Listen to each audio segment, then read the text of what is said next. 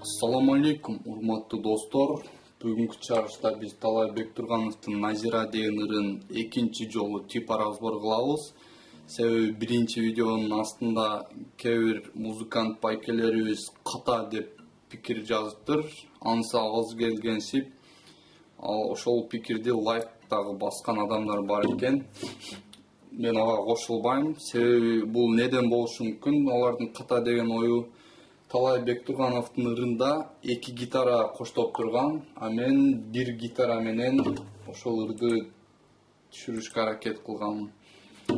Ошондуктан урматтуу достор, бул типа разбор эң узак болот деп ойлойм. Себеби биринчи 1 гитара кандай нени черткенин көрсөтүп берем, кийин экинчи гитара нени черткенин көрсөтүп берем. Ошол экөөнүн кошулган жерлерин көрсөтүп берем, анан кийин типа разбор кылабыз. Анда эмесе достор, азыр терип четкен жерин көрсөтүп берейин. Мына соло жагын. Эгерде сиздер үйрөнгөн болсоңуздар, жөн эле угуп, четкенди көрбөй эле туура келет экенинби, мындай өзүңүздөрдүн жыйынтыгыңыздарды чыгарыңыздар.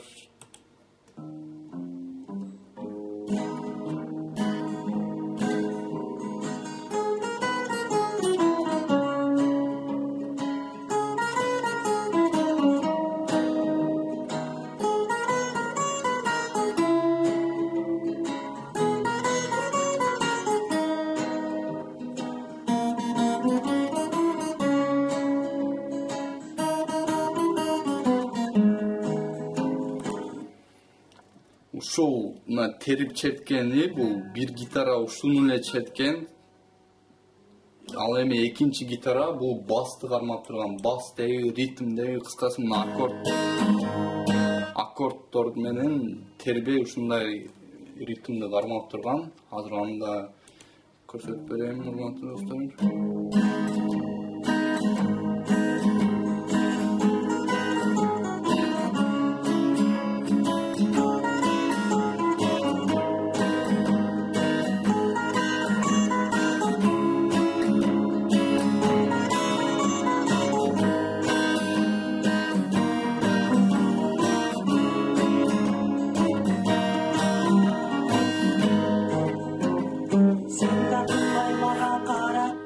Ушу урматтуу достор, 2 гитара менен чертилет. Ката дегендер өзүңөр ката, ушу себеби 1 гитара менен 2 гитаранын чертилиш жерин окшоштуруш бир аз кыйыныраак. Азыр болсо эми ушу 2 гитараны музыканын коштоосу жок чертилген жерин көрсөтүп берейин.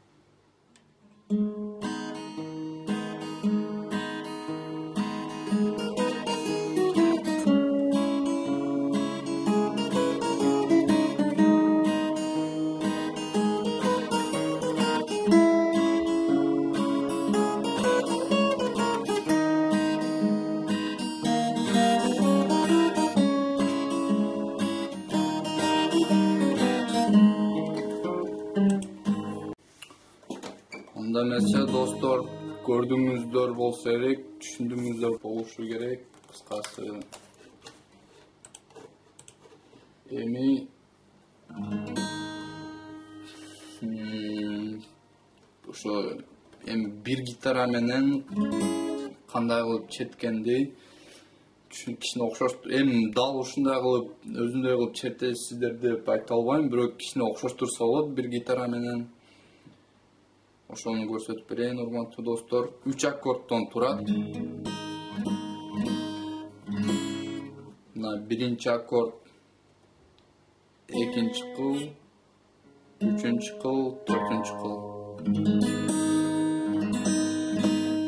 Экинчи аккорд, биринчи кыл, экинчи кыл, үчүнчү кыл. Стандартный эле 3 аккорд, короче, жанагы. Үчүнчү аккорд, мына үчүнчү кыл, төртүнчү кыл, бешинчи кыл. Үчүнчү кыл, төртүнчү.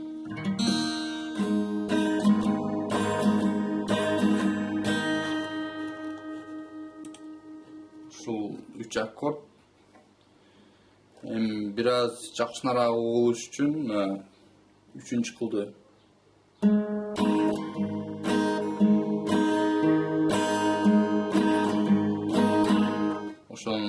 чертсе biraz жакшыраак болот экен. Мисалы 3-чү кылды, кылды, 4-чү кылды. 3-чү кылды, 4-чү кылды. Ушундай кылса biraz оригиналга окшошураак болот экен.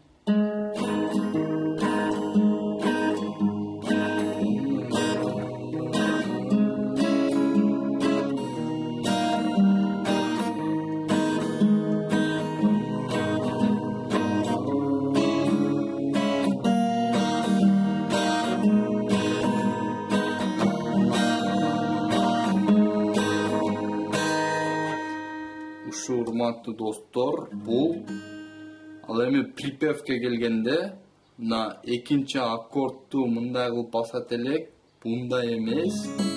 Бизден мындай кылып басканды сурап жатат. Экинчи латта, экинчи, үчүнчү кылды. Мен суранам, сенден суранам деген жерин. Мен суранам, сенден суранам. Анан кайра эле ошо экинчи аккордтун өзүн басасыздар. Түшүнүктүү болду. Мына кайырманын эң башында мен суранам, сенден суранам деген жеринде мына биринчи кыл, экинчи кыл, үчүнчү кыл. Үчүнчү лат пустой, мына экинчи лат мен суранам, сенден суранам, экинчи аккорд. Мен сен кайрылсаң андан кубанам. Дагы бир жолу мен суранам, сенден суранам, сен кайрылсаң андан кубанам. Долгашылсың менен басып,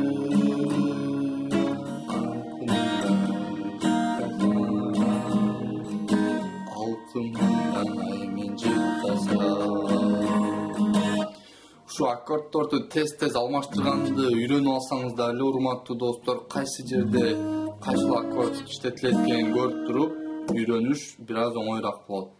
Биринчи ырды чечишке аракет кылбай, ушу 3 аккордту тез алмаштырганды аракет кылыңыздар. Үйрөнүңүздөр, ошондо оңоюраак үйрөнгөнгө оңоюраак болот. Кыскасы бирдеке деп коюм, бирок оңоюраак болот да кыскасы. На.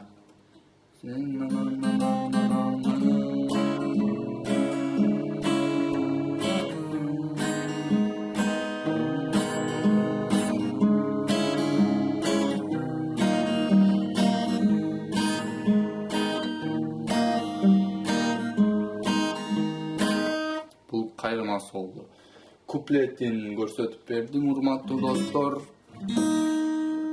Ушу 3 стандартный аккорд. Кайрмада ушул башында мындай стандартный аккордду колдонуп коесуздар, кийин жанагы эле өзүнүн катары менен кете берет. Терип соло четкен жерин көрсөтүп берейин, урматтуу достор. Мына 5-чи латтан 1, 2, 3, 4, 5.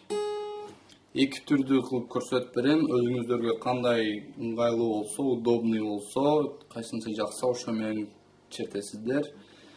Биринчи терип бир кылдан көрсөтүп берем, кийин аккордтор менен коштогончо кандай кылып чертсе болот экенин көрсөтүп берейин, урматтуу достор. Мынакей 5-чи латтан 1, 2, 3, 4, 5. Ушу жерин көрсөтүп берейин. Биринчи кыл.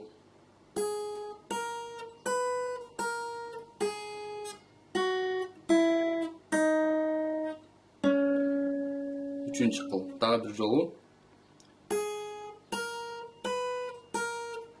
Экинчи кыл. Үчүнчү кыл.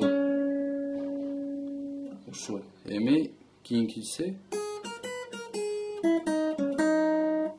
Ушу жеринен. Биринчи кыл. Экинчи кыл. Үчүнчү кыл. Экинчи кыл.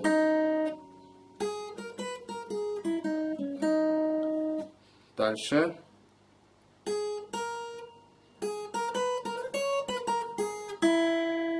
Биринчи кыл.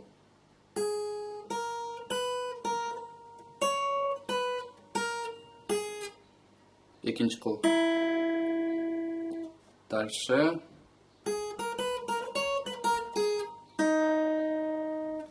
Birinchi kıl.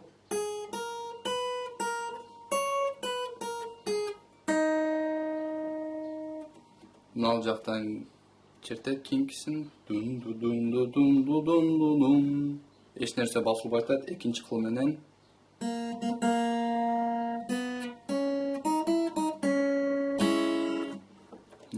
Şu. 3 жолу экинчи кылдан. Birinchi kıl. Экинчи кыл.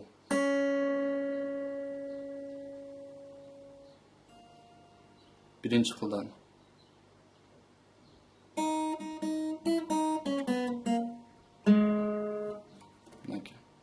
Sekinrek. Birinchi kıl. Экинчи кыл. Үчүнчү кыл. Мынакей эми аккордтор менен кичине коштогонго аракет кылабыз. Деп туруп, бешинчи латты басасыздар дагы. Деп туруп, бешинчи латты басып туруп, экинчи кыл, үчүнчү кыл, төртүнчү кыл. Хорошо?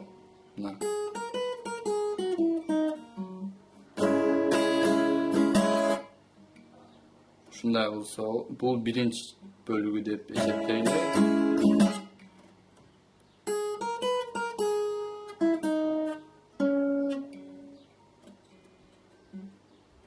Деп туруп, ушундай кылсаңыздар болот. Экинчи кыл, үчүнчү кыл, төртүнчү кыл. Ушундай кылсаңыздар болот. Же болбосо биринчи аккордту бассаңыздар болот. Же мынаны басасыздар, же биринчи аккордту басасыздар. Байкасаңыздар, звук ошондой эле чыгып атат. Бул на слух ушундай болот. Көрдүңүздөр да. Ушул менен эч нерсе өзгөрбөгөндөй эле болот, бирок аккорд өзгөрүп жатат. Дагы бир жолу. Деп туруп, биринчи лат, 2, 3, 4.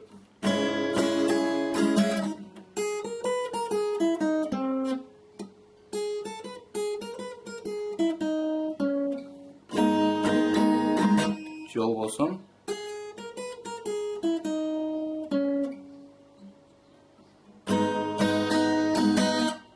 Şu, birinci basılbayt. 2, 3, 4. Дальше. Деп туруп, жанагы эле аккорд. Дальше. Жанагы эле жер кайтарадан. Деп туруп, анан бул жакка чыгып кетебиз.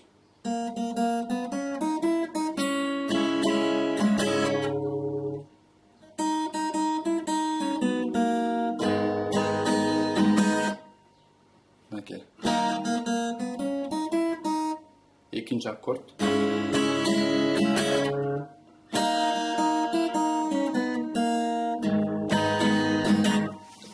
Birinci bir kıldan terip çetkенди үйрөнүңүздөр достор, кийин ошо аккордтор менен кошо четкенди үйрөнөсүздөр. Ошондо окшошот деп ойлойм.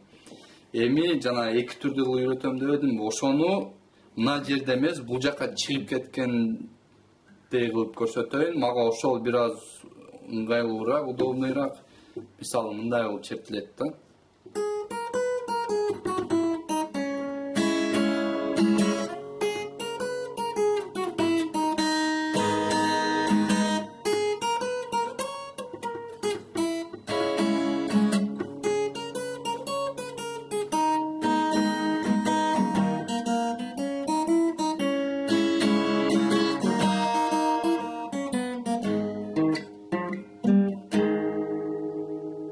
Şu солону дагы, аккордторду дагы кошконго аракет кылдым. Эми мынакей 5-чи кылдан баштайбыз. Жанагындай эле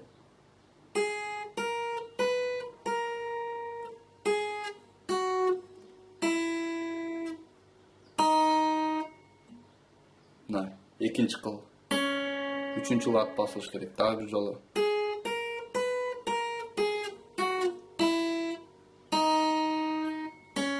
Üçüncü lad.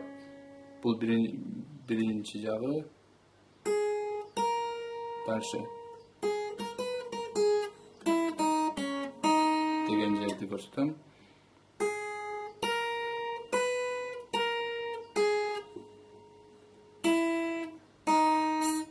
Экинчи кыл. Кайра биринчи кыл.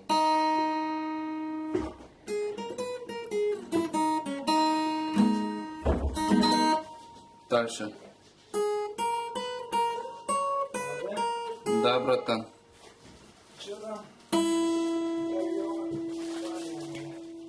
Кыскасы биринчи кыл.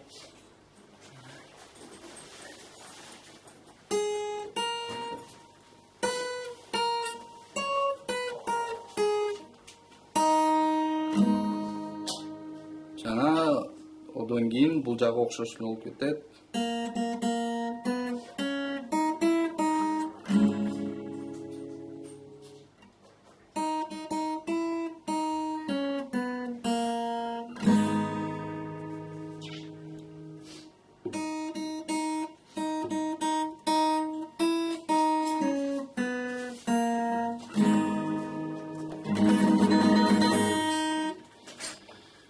Короче, ушундай. Дагы бир жолу.